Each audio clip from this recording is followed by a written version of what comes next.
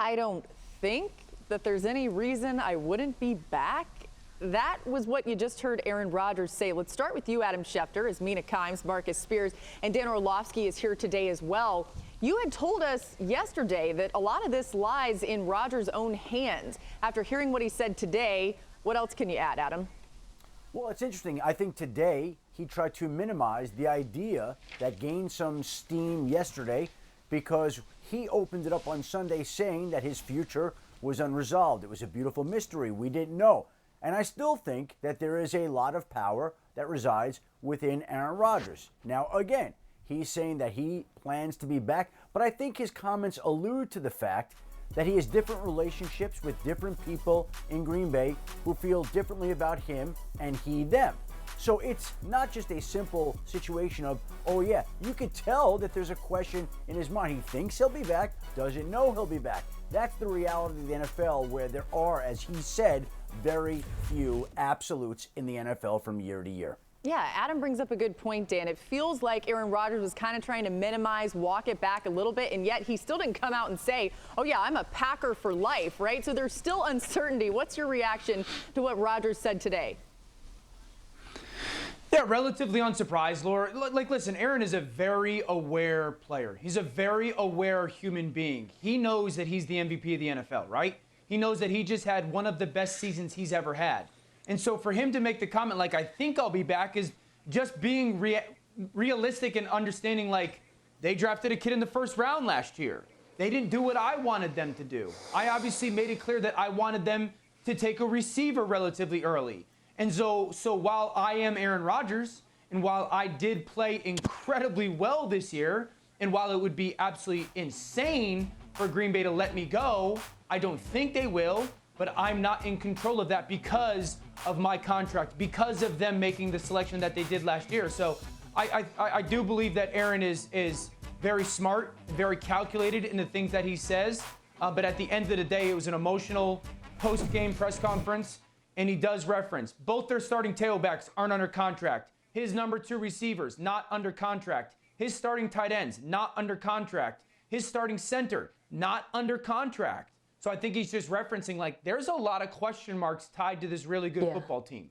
Mina, is Aaron Rodgers trying to put some pressure on the Packers here and say, give me some weapons, sign these guys? Is he using the media? Is he using us right now to try and get this message out there to them? I feel like I'm back in school, like close reading his comments, trying to analyze the text. But as Dan said, Aaron Rodgers is a very thoughtful, intelligent guy. When he says things and he makes comments, he makes them for a reason. I do think it's noteworthy that he mentioned some, looming free agents that he would very much like to remain on the Green Bay Packers. And I don't blame him. Drafting Jordan Love was a mistake. I think there's no way around it. I understand the Packers, like other teams, want to think long-term, plan for the future. You always want to be looking for quarterbacks. But they took him in the first round, and he didn't play, or, meaningful snaps. He was not useful to this football team. Aaron Rodgers is absolutely correct to be frustrated with that decision. Okay, it was a bad one. So here he is now, returning to Green Bay. We don't have to write any more fan fiction about him in San Francisco or wherever. He's going to be a Packer next year. But he would like to influence the shape of this roster going forward. Okay. That's my big takeaway from his comments, and I don't blame him. So it was my senior year. We were in Florida about to play the last bowl game, and we went to a theme park. And this theme park had wonderful turkey legs. It was a great place to go and ride roller coasters. It was a great place to just enjoy yourself. And here's the thing. A lot of my teammates, laughed and chuckled about me not getting on roller coasters. I don't ride roller coasters because I don't want to die doing something I didn't have to do. That's the reason I don't ride roller coasters. So I'm down there with my wife now, but was my girlfriend at the time. And we eating and looking up at my teammates be stuck on this roller coaster for 30 minutes because they had a mechanical issue. I'm going to bring this home by telling y'all this. There ain't no way in hell I'm about to ride this Aaron Rodgers roller coaster with y'all. I ain't talking about this, what he feeling, what he think gonna happen.